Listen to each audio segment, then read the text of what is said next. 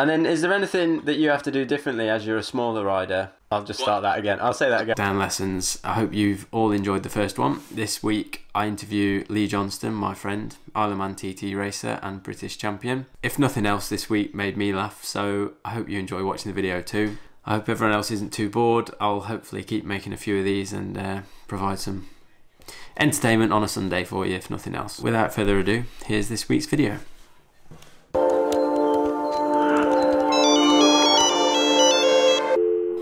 Hey up.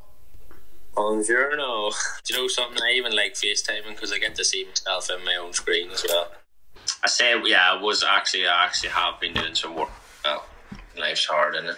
So you actually got some questions then? I've got some questions. The first thing I wanted to ask you was, how did you go about learning the TT course? You mean, how will I learn from the future? I don't know. You know, everybody now learns it on like the PlayStation game and everything, but I wanted all the new riders have, and I had to help you out with learning it and stuff like that, and just watching onboard. Watch quite a lot of onboard videos, but you don't exactly get the same feeling like going down Bray Hill to 170 mile an hour sitting on your sofa as you do holding on to the handlebars. So yeah.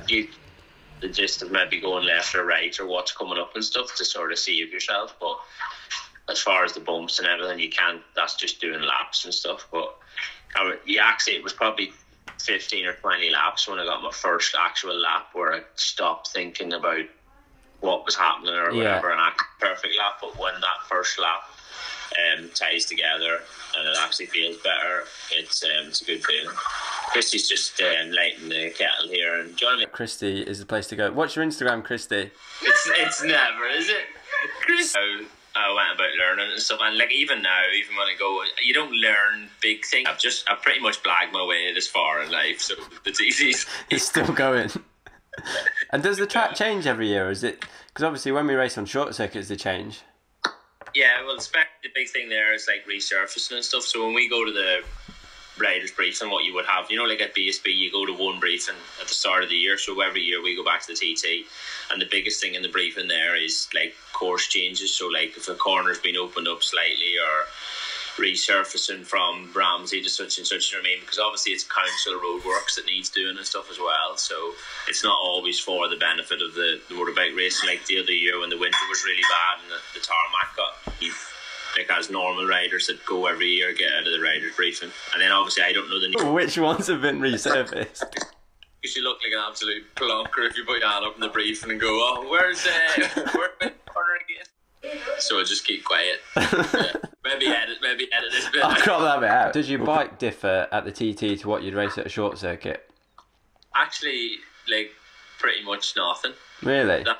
That's the weird. Everybody thinks that you're gonna make it soft and all these things, but you've got like 150, 60 mile an hour corners for things. It's not really any different to what I ride in the short circuit. Obviously the tyres are different. You have transformation between a road bike and a short circuit.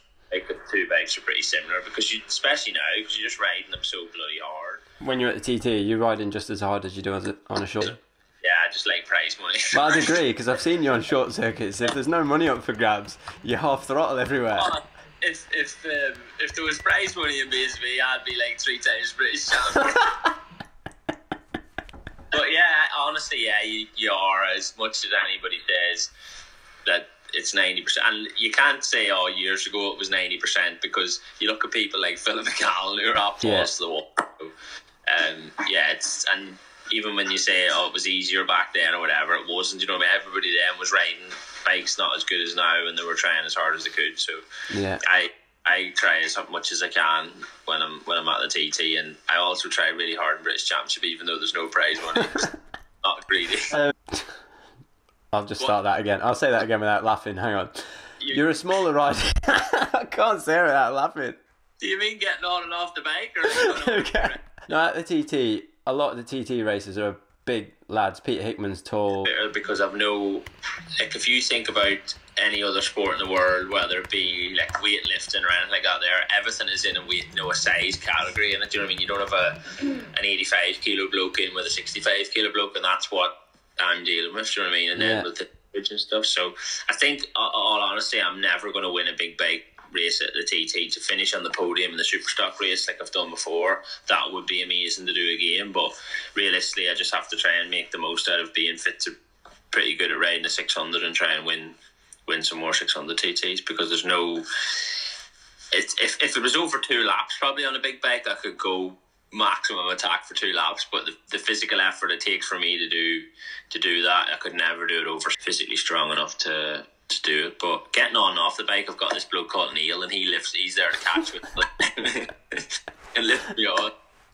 There's a bit of shit there off for me being on the top step. One thing you have to use, even like from gullies and drains and curbs marked, and like the K tree and stuff where the curb sticks out. There's so many things, and that was my biggest struggle coming back to short circuit racing, because I've been away for like 4 or 5 years, and there's loads of things you learn at tracks like, I know, St Leonard and Silverstone or whatever, especially tracks that are really flat where you need a good reference because there's not a lot to go off. And I think coming back from the TT and having so many things to pick out, I struggle like mad then trying to pick out things, but not for a fast lap necessarily, but for consistently to keep all the laps the same and stuff. So I think that was probably the hardest thing with coming back to everything else. Is pretty easy after that. Do you know what I mean? Once you've got a bit of consistency, you can keep moving the barrier a metre or two and going from there. But I'm probably not the best person yet to talk about that because I still have to look for them. I think that is a big thing on track days where people are inconsistent and they don't know why, and it's purely because they haven't got references. If you've got somewhere, if it's a 3-ball thing every lap, and then you can gradually push yourself past that, and it's the same with the inside of the corner, finding markers on the inside so you hit the same point on the inside and exiting. But people, it's a silly little thing, but a lot of people don't know that, and that's why I'd imagine at a TT it's more important than ever when you're doing 180 mile an hour that you know where you're going to stop. It's important thing is not to pick a marshal as marking point, because if he fucks off on dinner, then you're screwed. If you've got used like marshals or things for moving on to like a marshal, yeah, and then they come round and he's moved his jacket off the barrier. Absolutely marker, but yeah. And what have you been doing in lockdown? Have you got anything that you can recommend? Just finished watching that Ozark, but I tell you what, it's not a good thing to watch before bed because it's that intense that you go to bed then and you're all hyped up thinking about it, and it takes watching before that. But yeah, it's that Ozark's good. Ozark, right. I haven't watched that yet, so I'll give that a go. Have you watched Tiger King yet? I've seen a bit of it, yeah. I feel a bit bad in the sense, yeah. Oh my god, is he not, is he? I need to check. No, he got killed in the last episode. I'm only waiting, yo. Oh, you're an idiot. I've watched it all. You're an idiot. I've seen like 10 minutes of it. I thought I'd just throw that bomb in there just to see how you react. See you later on. Thanks for that, Lee. Talk to you soon. Cheers. Bye. So that's it for this week. I hope you enjoyed it. If you did, please like and subscribe below, and I'll be back soon with another one. So in other news this week, my school that I used to go to, Ashby School, has been making PPE equipment for the NHS staff. They were getting to the point where they needed more money to buy materials to make more equipment. So I did a bit of a giveaway for some BSB tickets on Facebook and Twitter. Thank you to everyone that's donated and shared. Was Courtney Chilvers on Facebook. Thank you, Courtney. And the winner of the signed merchandise was Perry Metcalf. Cheers, bye.